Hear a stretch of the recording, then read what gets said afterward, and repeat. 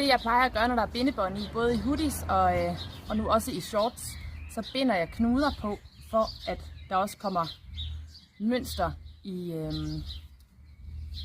i bindebåndene her. Ikke for stramt, ikke for løst, bare sådan, at der lige kommer lidt variation i farven. Jeg tænker, det her det er fint. Sådan. Og her var den klump, jeg ligesom fik viklet sammen før.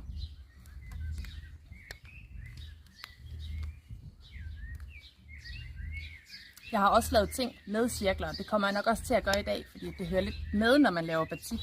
Men lige mit sæt, det kunne jeg godt tænke mig, var sådan lidt mere sådan skyagtigt.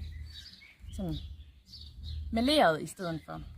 Inde på Pinterest, der kan man se en masse ting på, hvordan at man kan putte elastikker eller snor om, og hvordan resultatet så ser ud bagefter.